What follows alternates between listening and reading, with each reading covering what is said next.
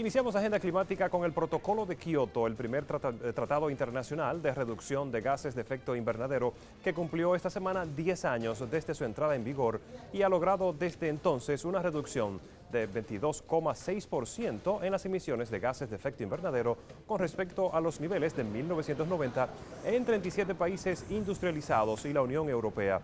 El protocolo de Kioto fue adoptado en la ciudad japonesa que lleva su mismo nombre el 11 de diciembre de 1997 y entró en vigor el 16 de febrero del 2005 tras la firma de Rusia, superando con creces su objetivo inicial de conseguir una reducción del 5% de las emisiones respecto a los niveles de 1990. A finales del 2015, en la Cumbre Mundial sobre el Clima que se celebrará en París, debe acordarse un nuevo protocolo que sustituya a Kioto y cuyo objetivo será conseguir que la temperatura del planeta no suba más de 2 grados Celsius respecto de la era preindustrial.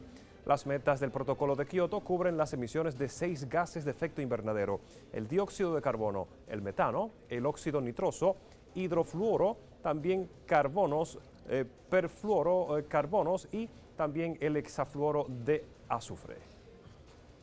Y las negociaciones sobre el nuevo pacto relacionado con el cambio climático concluyeron en Ginebra con avances, según lo informó las Naciones Unidas. Las discusiones celebradas esta semana continuaron afinando el proyecto del protocolo que se someterá a la aprobación de los Estados miembros en una conferencia en París en diciembre de este año. Cristina Figueres, jefa de la Convención Marco de las Naciones Unidas sobre el Cambio Climático, dijo que se logró un documento de 86 páginas que incluye temas como la mitigación, la adaptación, las finanzas, la tecnología y la creación de capacidades. Figueres se mostró alentada por el espíritu constructivo que prevaleció en las conversaciones y la velocidad con que trabajaron los negociadores. La próxima ronda de conversaciones se realizará en junio en Bonn, Alemania, y será una reunión a nivel ministerial. Y uno de los participantes en este cónclave en Ginebra fue el vicepresidente ejecutivo del Consejo Nacional para el Cambio Climático en República Dominicana, Omar Ramírez. Omar, es un honor tenerte con nosotros aquí en Agenda Climática. Cuéntanos, ¿cuáles fueron las conclusiones a las que arribaron en este encuentro de la ONU? Bien, los acuerdos, sobre todo en el marco de la Convención de Cambio Climático, tuvo alrededor de 10 días de negociación, donde 196 partes nos pusimos de acuerdo en cuál es la estructura que debe tener el nuevo Acuerdo Mundial sobre el Clima. En ese sentido, trabajamos fundamentalmente en base al texto de Lima, cuyo documento, que fue el anexo de la decisión de la COP20, se trabajó en el sentido de mejorar la estructura del documento, llevando de 6 temas a 8 temas y sobre todo de ampliar ese texto de 38 a 86 páginas. Pero ¿qué es lo importante que tiene ese documento? Primero, es un documento ya de texto, o sea, es un documento de negociación sobre el texto de lo que debe ser el nuevo acuerdo. Número 2, tiene consignado todo lo que es la ambición del nuevo mundo, o sea, cuál es el nivel de reducción de emisiones de gases de efecto invernadero que, de acuerdo a la ciencia y a las recomendaciones del panel intergubernamental sobre cambio climático, debe de hacerse las reducciones pre-2020 y post-2020. Pero sobre todo tiene consignado dentro las opciones, las diferentes opciones que todos los países tenemos que cumplir con relación a la reducción de emisiones.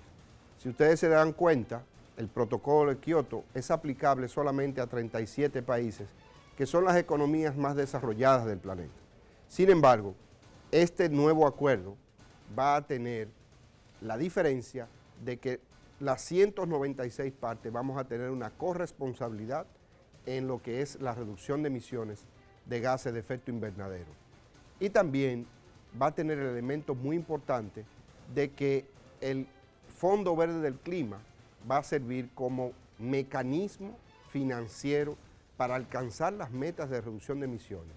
Esto es muy importante porque ese mecanismo ha sido capitalizado en más de 10.000 millones de dólares en este año y se prevé que de aquí al 2020 se necesitan alrededor de 100.000 millones de dólares para poder cumplir los objetivos que están siendo plasmados en el nuevo acuerdo.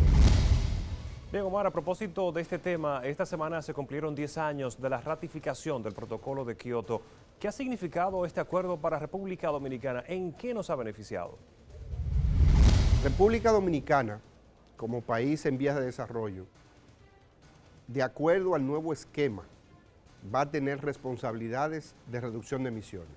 Por primera vez, nuestro país lo va a hacer a través de las llamadas contribuciones nacionales determinadas, que son las metas que están establecidas en la Estrategia Nacional de Desarrollo de la República Dominicana.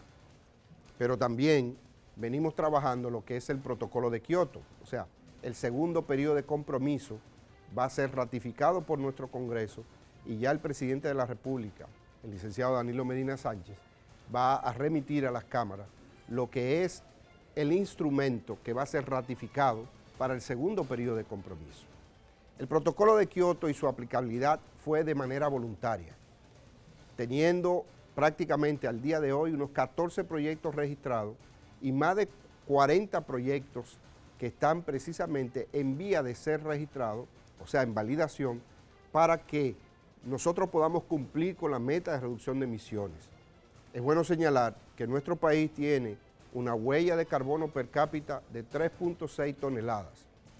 La idea del 2015 es que nosotros podamos cumplir con la meta de la Estrategia Nacional de Desarrollo de reducir de 3.6 a 3.4. Eso significa unas 1.200 toneladas de las 36 millones de toneladas que la República Dominicana está emitiendo actualmente. Y para eso estamos haciéndolo a través de todos los proyectos que están bajo el Protocolo de Kioto. Bien, Omar, ¿cuáles obstáculos encuentra República Dominicana para poder implementar las políticas sobre cambio climático? Yo te diría que los principales obstáculos son uno de carácter tecnológico, que tiene que ver con que el aparato productivo nacional tiene una alta dependencia de los combustibles fósiles. En ese sentido, el sector eléctrico nacional, el sector energético nacional están trabajando con soluciones alternativas para diversificar la matriz energética. Estamos viendo cada día más que plantas que se mueven con combustible pesado, como el búnker, como el fuel oil, están pasando a ser convertidas a gas natural, inclusive de ciclo combinado, donde se aprovecha el calor también para generar energía complementaria. República Dominicana tiene que seguir diversificando esa matriz, tiene que seguir introduciendo lo que son las energías renovables, sobre todo darle apertura a la biomásica, a la fotovoltaica y continuar con la eólica. Y por otro lado, debemos hacer conciencia en ese sentido. Se trabaja paralelamente en un proyecto de educación al cambio climático. ¿Por qué? Porque esto empieza desde lo individual a lo colectivo. Si cada uno de nosotros pone un granito de arena, hacemos que la huella de carbono de la República Dominicana se reduzca. ¿En qué sentido? Tenemos que verificar en nuestras casas el sistema luminario, o sea, cambiar los bombillos incandescentes por bombillos LED. Tenemos que ahorrar más agua, porque en la medida que gastemos el agua y no la ahorremos, en esa misma medida puede contribuir a que se dispare la huella de carbono a partir del recurso hídrico. Pero también tenemos que hacer prácticas de residuos, o sea, de recolección y disposición final de residuos sólidos, que te permita ahorrar también y evitar la contaminación.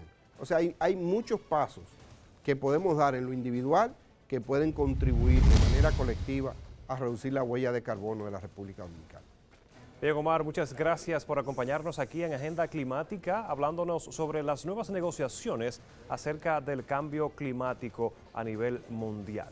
Bien, vamos con otra información de interés. La temperatura media mundial sobre superficies terrestres y oceánicas de enero de este año 2015 fue la segunda más alta desde que comenzaron los registros regulares en 1880.